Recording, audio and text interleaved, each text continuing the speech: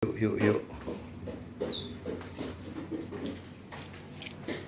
Bab 1025 sampai bab 1028.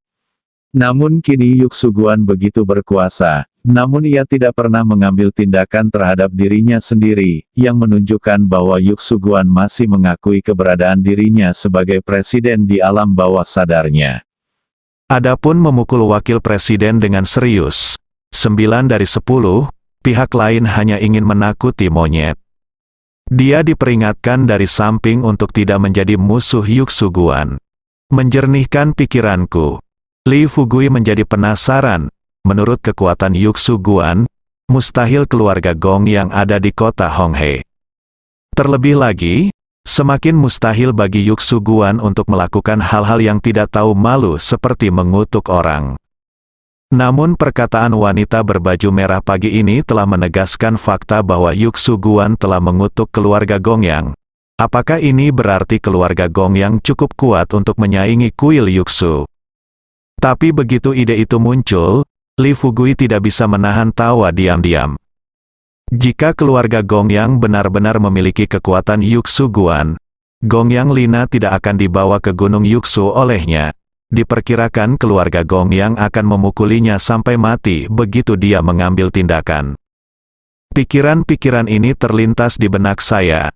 Setelah Li Fugui tenang, dia tersenyum pada Su Qingshu di depannya dan berkata, "Guru Tao Qingshu, saya tidak bertemu Anda selama beberapa hari. Bagaimana kabarmu akhir-akhir ini?"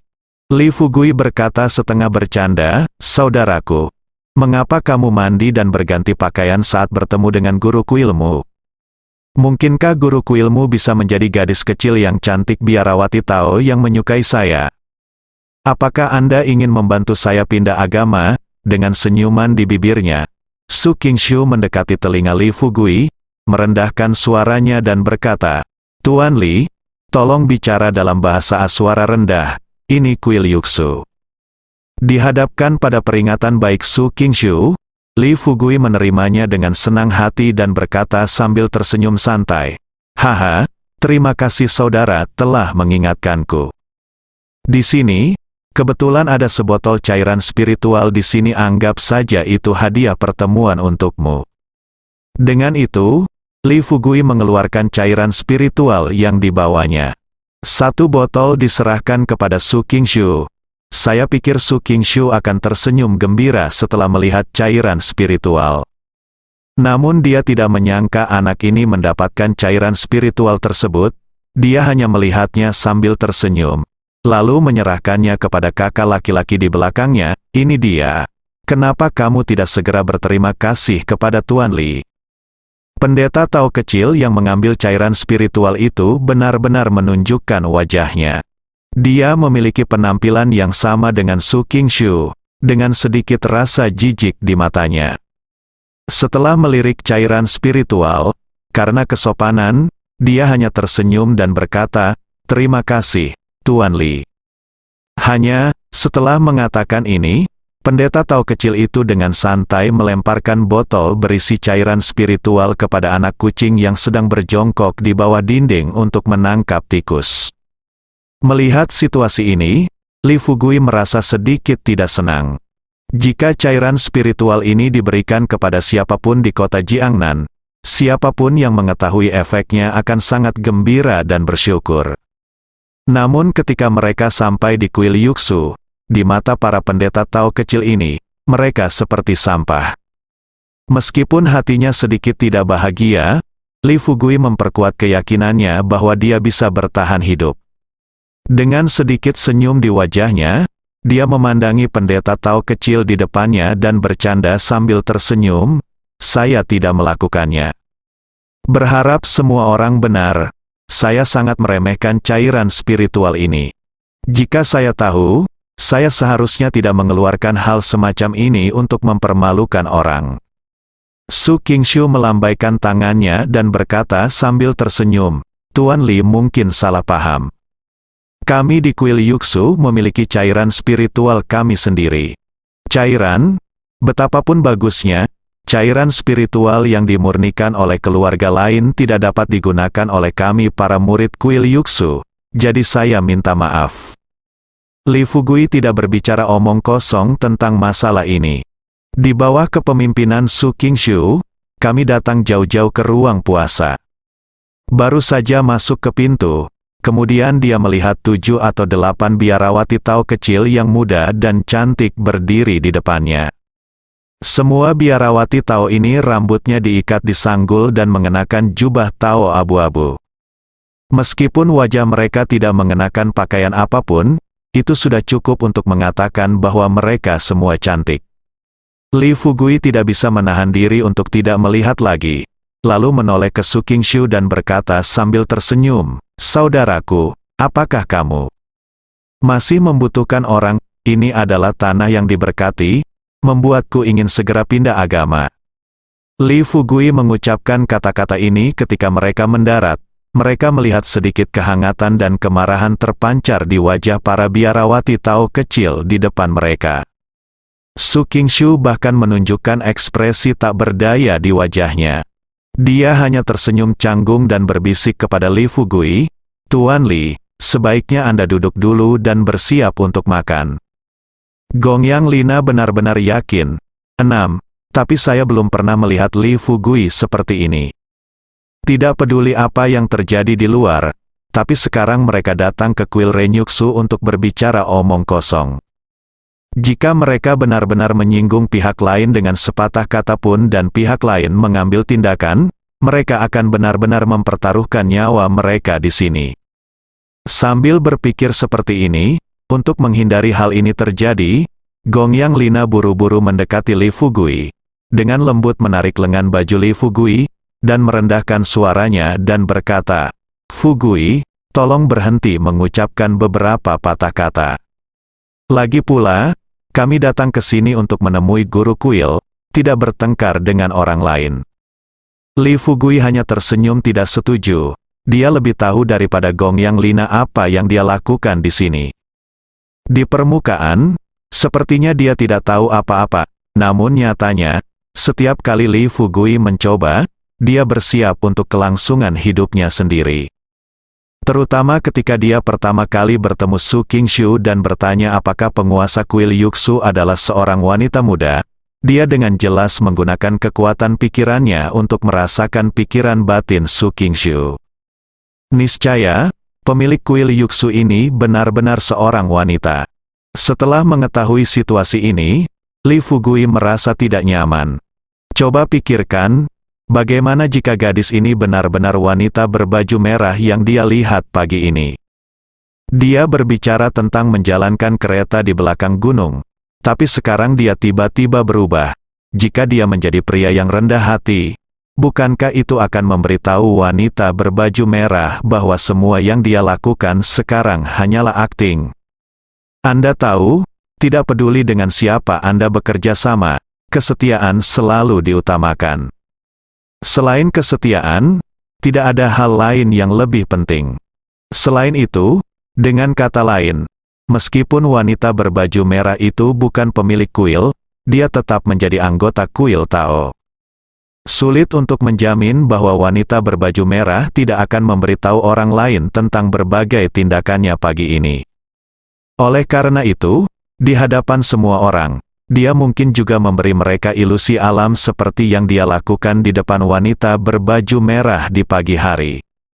Bahkan jika dia benar-benar bertemu dengan majikannya dan orang lain mulai menyalahkannya, dia masih bisa memberitahu orang lain bahwa saya selalu seperti ini.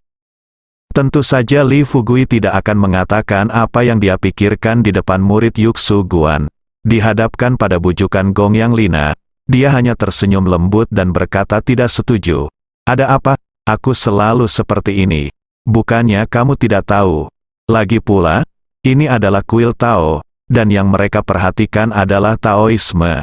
Tentu saja, keempat elemen itu kosong. Saya telah melepas pakaian saya sekarang, dan mereka memperlakukan saya seolah-olah saya adalah udara." Setelah mengatakan ini, Li Fugui tidak lupa untuk berbalik dan memandangi wanita di depannya dan bertanya, "Apa yang saya katakan masuk akal, bukan?" Senyuman di wajah para wanita ini telah hilang sama sekali. Memikirkan presiden sebelumnya dari konferensi obat mujarab, dan kemudian melihat presiden saat ini di depan saya, bagaimana dia cocok menjadi presiden, dia lebih seperti menjadi pemimpin gangster.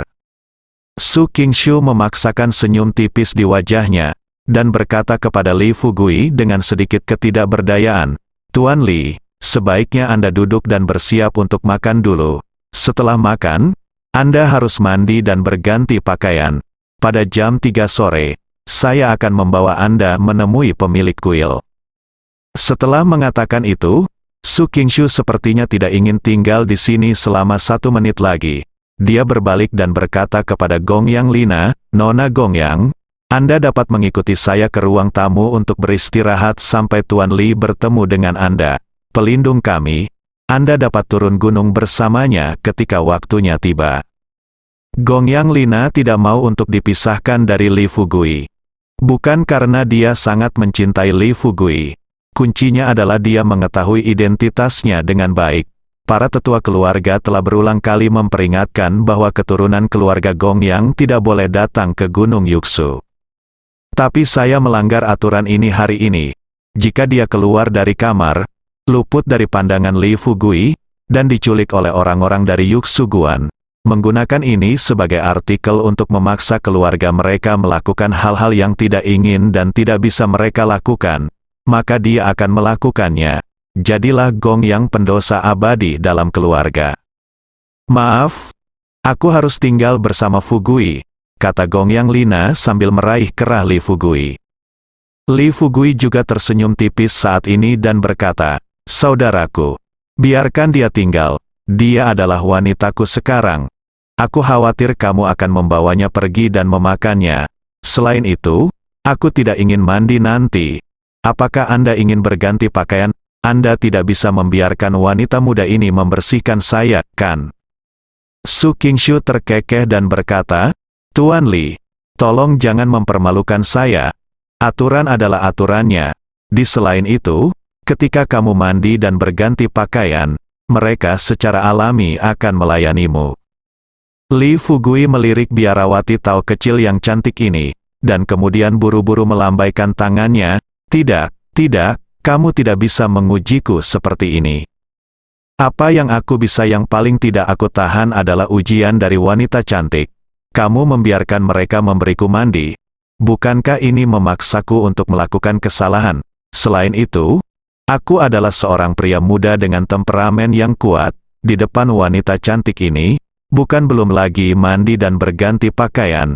Bahkan sekarang, saya sudah siap untuk bergerak. Hehe, saya khawatir saya akan mengotori mata para wanita muda ini." Su Qingshu mengalihkan perhatiannya ke gadis-gadis di depannya, dan dia tampak malu saat melihat ekspresi jijik di wajah adik perempuannya.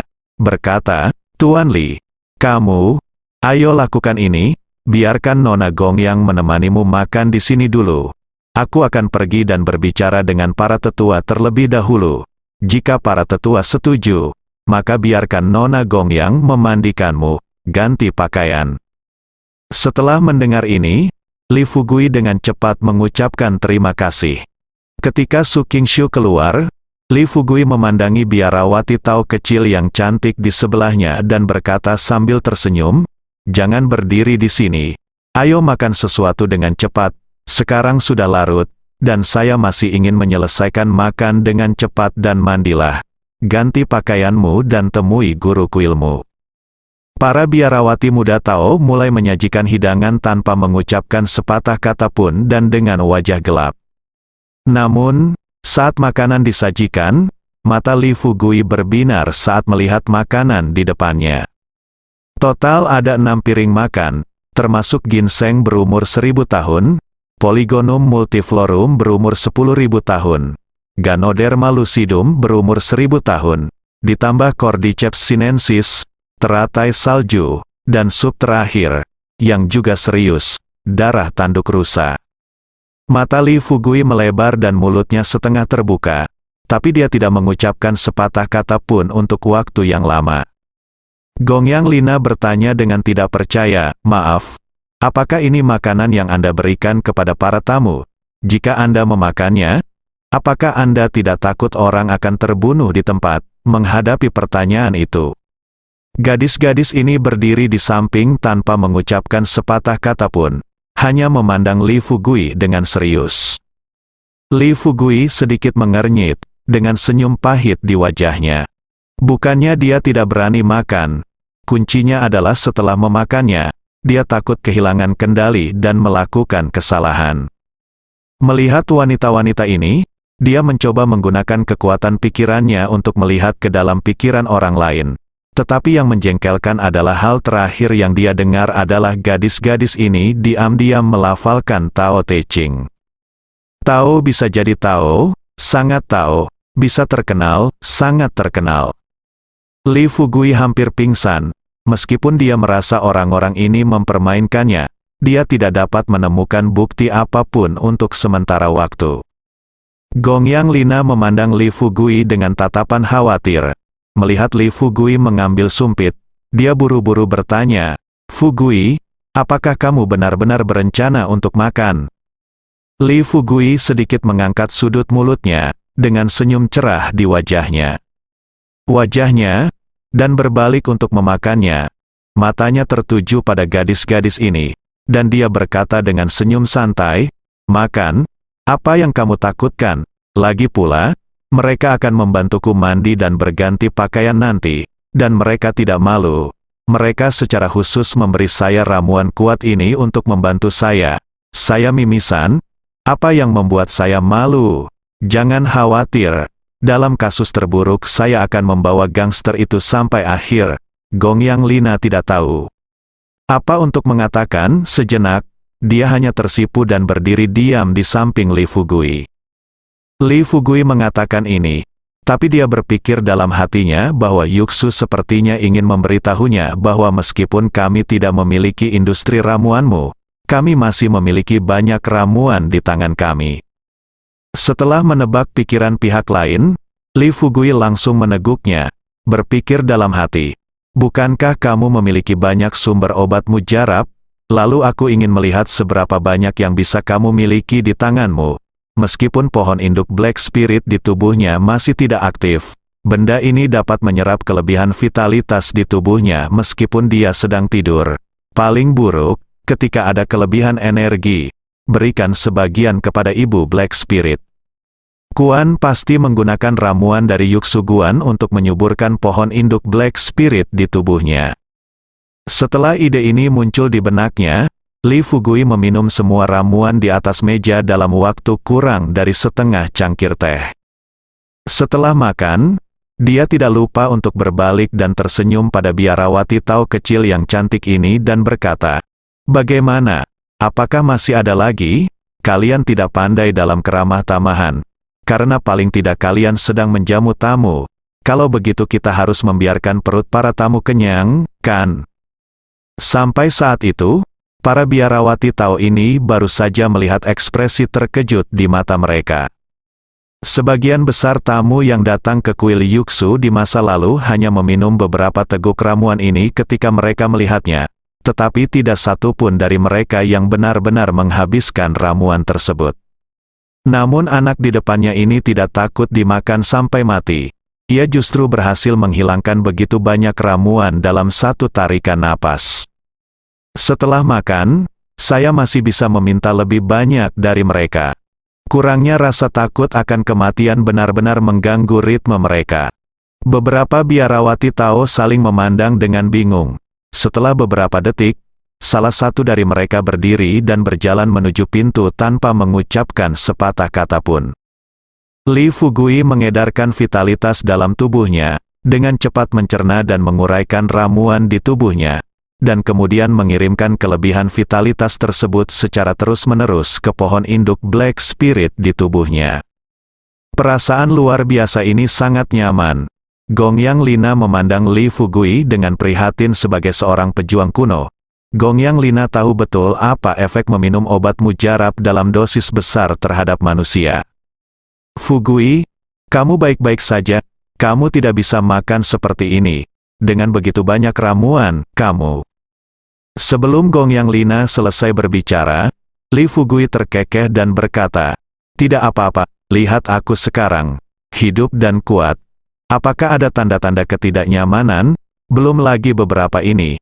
Semua ramuan di kuil Yuksu dibawakan kepadaku, dan aku bisa memakan semuanya. Tentu saja, jika waktu mengizinkan, ini bukan bualan Li Fugui. Sejak pohon induk Black Spirit memasuki tubuh, Li Fugui belum sepenuhnya berintegrasi dengan pohon induk dalam waktu yang lama. Namun ia sudah merasakan indahnya pohon induk Black Spirit. Dalam istilah modern benda ini seperti semacam mekanisme pengaturan dan penyimpanan. Setelah vitalitas dalam tubuh prajurit kuno meningkat ke tingkat tertentu, jika kekuatan tidak dapat menekan vitalitas, dapat menyebabkan praktisi menjadi gila, atau fungsi tubuh dapat rusak.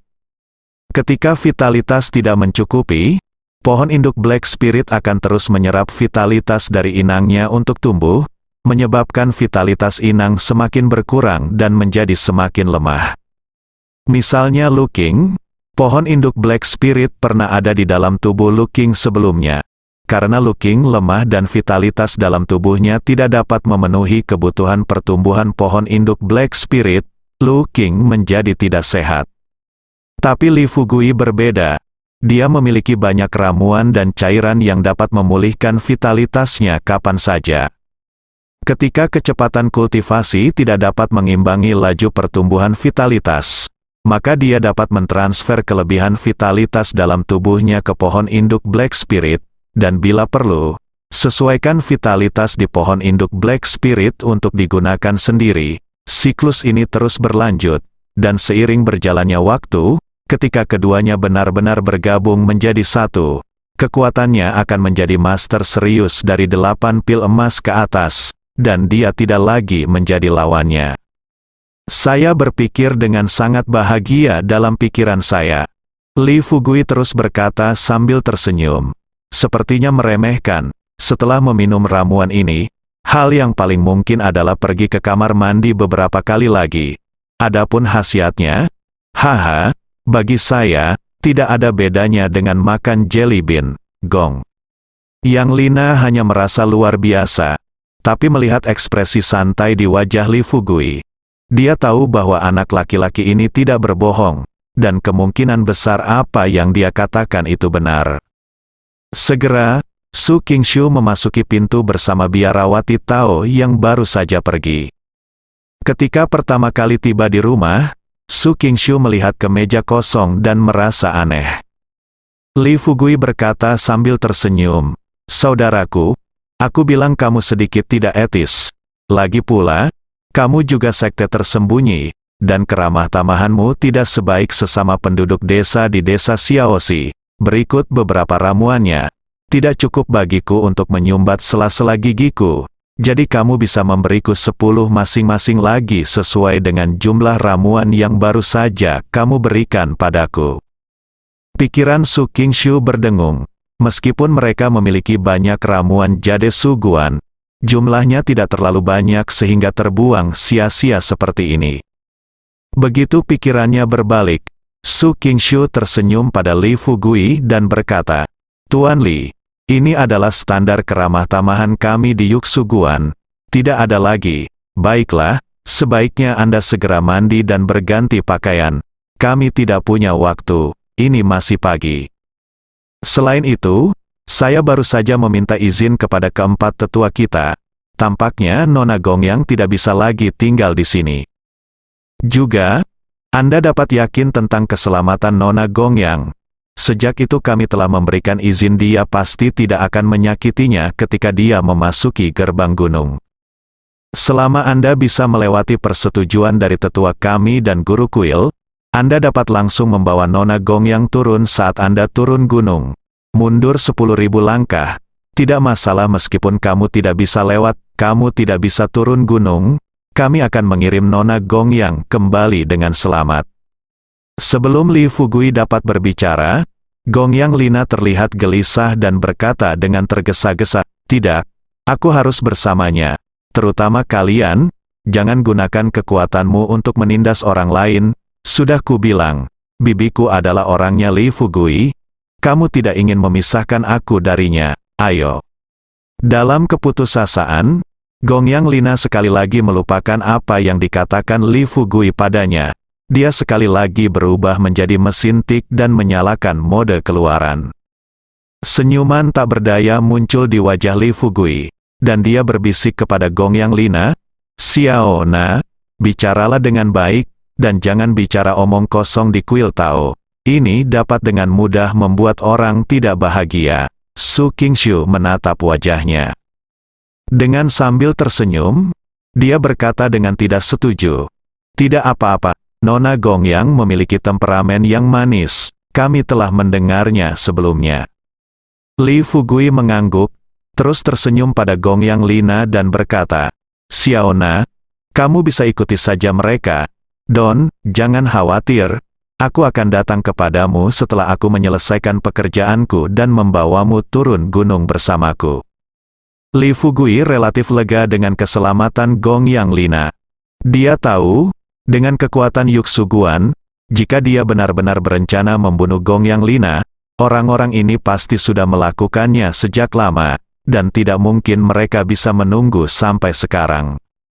Selain itu, Yuksuguan adalah sekte tersembunyi, dan tidak mungkin melakukan hal-hal yang tidak tahu malu seperti beberapa organisasi bawah tanah di dunia. Gongyang Lina ingin terus mengatakan sesuatu agar dia bisa tinggal bersama Li Fugui. Tetapi setelah mendengar apa yang dikatakan Li Fugui dan memikirkan tentang Li Fugui naik gunung kali ini, demi bisnis, dia mengikuti Li Fugui dan pasti akan mentraktirnya, menimbulkan dampak pada tingkat tertentu. Memikirkan hal ini, Gongyang Lina cemberut dan berkata dengan wajah tidak senang, "Baiklah, kalau begitu, aku akan mendengarkanmu." Setelah Qi Kuai Kuyuo mengucapkan kata-kata ini, Gongyang Lina dia memelototi Su Qingshu dengan marah, lalu berjalan keluar pintu dengan marah. Beberapa biarawati Tao mendatangi Li Fugui dan berkata serempak, "Tuan Li, tolong." Li Fugui mengangguk setuju. Setelah bangun, dia mengikuti para biarawati Tao ini. Keluar dari pintu dan ikuti koridor sampai akhir. Kemudian mereka melihat 3 karakter Tianxianqi tertulis di plakat pintu, dan para biarawati Tao ini berdiri diam. Su Qingshu, yang baru saja mengikuti di belakang, telah menghilang begitu Li Fugui berdiri diam. Seorang biarawati Tao dengan lembut membuka pintu. Pintunya terbuka, kemudian rumah dipenuhi kabut, dan angin hangat bercampur wangi bunga menerpa wajahku. Melihat situasi ini, seorang biarawati Tao berkata, "Tuan Li, tolong." Li Fugui melihat ke dalam rumah dan tidak melihat bahaya, jadi dia masuk. Biarawati Tao lainnya menjaga pintu. Hanya 4 biarawati Tao yang mengikuti Li Fugui dan masuk bersama. Sesampainya di dalam, pintu ditutup perlahan oleh biarawati Tao yang menunggu di luar. Dengan senyuman tipis di wajahnya, Li Fugui berjalan selangkah demi selangkah menuju kolam yang terbuat dari batu giok putih di depannya. Ia melihat air jernih di kolam itu mengepul dan mengalir terus-menerus. Li Fugui sedikit mengernyit dan hendak bertanya ketika biarawati Tao di sampingnya terkekeh, "Tuan Li, tolong." Li Fugui tersenyum canggung dan bertanya, "Apakah kamu benar-benar ingin masuk?" "Tidak apa-apa." Pada saat ini, setelah Li Fugui mengaktifkan keterampilan menyanyinya, dia langsung melihat pikiran gadis-gadis ini. Lalu aku melihat gadis-gadis ini diam-diam tertawa, berpikir dalam hati bahwa Li Fugui pasti sudah menyerah kali ini, tapi mereka tidak tahu bahwa air di kolam sepertinya mendidih. Tapi nyatanya, itu karena ada mata, bumi di bawah kolam, dan ada energi yang terus-menerus merembes keluar dari mata ini. Setelah Li Fugui mengetahui ini, hati saya sangat gembira. Dia tidak menyangka kuil Yuksu akan memiliki tempat sebaik itu. Tahukah Anda, ada vitalitas antara langit dan bumi, tetapi vitalitas ini terlalu sedikit, dan jika Yuksuguan dapat memiliki mata bumi seperti itu setara dengan memiliki aliran dukungan vitalitas yang stabil. Pikirkanlah sekarang, pantas saja kuil Yuksu mampu berdiri di sekte tersembunyi selama hampir 1000 tahun. Yang lain harus bekerja keras untuk mencari ramuan dan batu. Namun bila perlu, mereka cukup masuk ke dalam kolam dan mandi untuk menambah kebutuhan spiritualnya. Bukankah terlalu mudah untuk mendapatkan vitalitas? Saya berpikir begitu dalam hati. Li Fugui sudah mendapat ide buruk. Dia tahu, walaupun mata bumi dapat terus-menerus mengeluarkan vitalitas, namun jika Anda menggunakan beberapa trik, Anda dapat mengikuti sumber vitalitas ini dan menyerap semua vitalitas dalam jarak puluhan bahkan ratusan mil ke dalam tubuh Anda. Jika tidak ada pengisian kembali vitalitas di sekitar mata bumi, maka diperlukan waktu untuk mengumpulkannya, yang bisa memakan waktu paling cepat 10 atau 20 tahun, atau paling lambat 180 tahun. Pada saat itu, kuil Yuxu tidak lagi memiliki sumber vitalitas yang dapat diandalkan. Jika ingin mendapatkan vitalitas, Anda hanya bisa fokus pada ramuan dan batu esensi. Jika kamu menyombongkan diri di hadapanku, aku akan menunjukkan kepadamu apa artinya menyombongkan diri. Berpikir seperti ini, Li Fugui membuka tangannya dan tersenyum pada biarawati Tao di sebelahnya. Apakah kamu tidak mau membantuku mandi? Ayo, bantu aku menanggalkan pakaian. Para biarawati Tao ini terkejut. Mereka tidak menyangka ketika anak ini melihat air mendidih, dia malah berencana untuk terjun dan mandi. Tapi kemudian mereka memikirkannya, dan mereka mengira pria ini mencoba berpura-pura tenang. Keempat biarawati Tao mendatangi Li Fugui dan mulai membantu Li Fugui membuka kancing tubuhnya. Li Fugui memandangi empat wanita muda cantik dengan senyuman di wajahnya, dan tubuhnya pasti bereaksi. Keempat biarawati Tao itu tidak memperhatikannya, mereka hanya mengutuk Li Fugui di dalam hati karena tidak tahu malu. Setelah melepas pakaiannya untuk Li Fugui, empat biarawati Tao berdiri di satu sisi. Salah satu dari mereka memberi isyarat mengundang, "Tuan Li, tolong." Li Fugui tidak keberatan tersipu. Sebelum memasuki air, dia jangan lupa untuk berbalik dan menyapa beberapa orang ini. Biarawati Tao itu tersenyum dan berkata, "Bagaimana? Apakah kamu tidak ingin masuk dan mandi bersama?" Beberapa biarawati Tao tersipu. Mereka semua sepertinya ingin membunuh Li Fugui. Li Fugui tertawa terbahak-bahak dan melompat ke dalam kolam dengan ekspresi santai. Memasuki kolam, Li Fugui merasakan tubuhnya langsung terbungkus vitalitas. Dia belum pernah mendapatkan pengalaman istimewa setelah berlatih sekian lama. Sirkulasikan energi dalam tubuh Anda dengan cepat, pejamkan mata, dan duduk bersila di dalam air. Air di kolam yang masih mendidih tadi menjadi tenang saat Li Fugui duduk bersila dan bermeditasi, dan panas yang timbul darinya berangsur-angsur menghilang. Ketika keempat biarawati Tao melihat pemandangan ini, mereka tertegun sejenak. Segera setelah itu, seseorang menyadari bahwa situasinya tidak baik dan buru-buru berbalik dan keluar.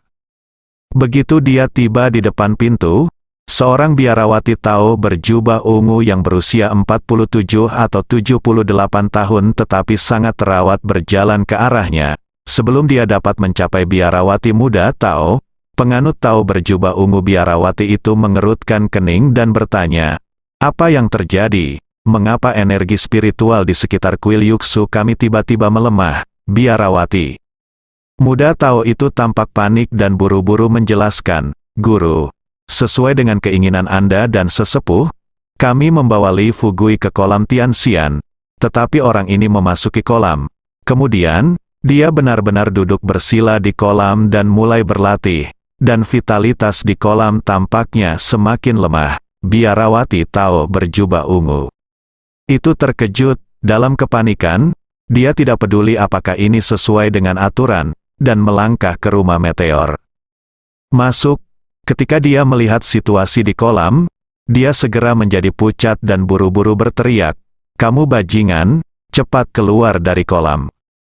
Li Fugui membuka matanya, dan dia masih menyerap air di kolam Tianxian. Vitalitas dan pohon induk Black Spirit di dalam tubuhnya sepertinya telah disuntik dengan darah ayam, dan terus berkembang saat tidak aktif. Melihat biarawati Tao berjubah ungu itu sangat marah, Li Fugui berbalik dan berkata dengan sedikit ketidakberdayaan, "Bibi, berhentilah membuat masalah. Saya masih telanjang. Bahkan jika Anda ingin melihat pria tampan itu, saya tidak melakukannya, ingin kamu melihatnya. Ini." Belum lagi biarawati Tao berjubah ungu. Bahkan para wanita muda ini langsung tersipu setelah mendengar kata-kata Li Fugui. Biarawati Tao berjubah ungu itu mengernyitkan alisnya dan mengatupkan gigi bajanya, menatap Li Fugui. Kemudian dia terbang ke depan dengan terjang. Sebelum Li Fugui sempat bereaksi, pihak lain datang ke atas kolam, mengulurkan tangannya, dan berencana membunuh Li Fugui. Kekayaan ditarik keluar dari kolam. Karena Li Fugui sudah masuk ke dalam kolam, bagaimana dia bisa keluar dari kolam dengan mudah? Dia seperti seekor danau, menahan napas dan menyelam ke dalam air. Bibi Tao berjubah ungu tahu di dalam hatinya bahwa jika Li Fugui tidak keluar selama 3-5 menit lagi, jika keadaan terus seperti ini, ia harus menunggu 100 tahun agar mata bumi terus memancarkannya vitalitas seperti sekarang. Dan bagaimana mereka bisa menunggu begitu lama? Sambil berpikir seperti ini dalam pikiranku, pendeta Tao berjubah ungu itu langsung menyelam ke dalam air, hanya berniat menangkap Li Fugui secepat mungkin. Li Fugui mengedarkan vitalitas dalam tubuhnya. Ketika dia melihat biarawati Tao berjubah ungu memasuki air, dia mengulurkan tangannya dan meraih pergelangan kaki biarawati Tao tua itu. Ketika pihak lain memasuki air, Li Fugui tidak dapat menahan diri untuk tidak berteriak, "Kemarilah." Biarawati Tao tua itu bertingkah seperti gangster dan ingin menganiaya saya. Keempat wanita muda itu tersipu. Setelah mendengar bagaimana Li Fugui menghina tuannya, mereka pun ikut menarik Li Fugui keluar dari kolam. Li Fugui sama sekali tidak sopan. Siapapun yang datang ke kolam akan ditarik ke dalam air satu persatu. Pada saat yang sama, dia berteriak histeris, "Tolong, kamu bertingkah seperti hooligan. Kamu tidak tahu malu." Biarawati Tao itu menindas pria tampan itu. Di luar pintu, tak lama kemudian, puluhan orang berkumpul. Biarawati Tao berjubah ungu di kolam itu sangat marah hingga dia menangis. Secara alami, beberapa biarawati muda Tao tidak menjadi lebih baik setelah memasuki air. Li Fugui dapat memanfaatkan mereka, dan bahkan jika dia tidak bisa, dia akan merobek pakaian gadis-gadis muda ini. Kurang dari 3 menit, biarawati Tao berjubah ungu itu sangat marah. Dengan menjalankan energi spiritualnya, untuk menjaga reputasinya selama sisa hidupnya, dia berencana untuk mati bersama Li Fugui. "Kalian, keluar dari sini," raung biarawati Tao itu, bersambung.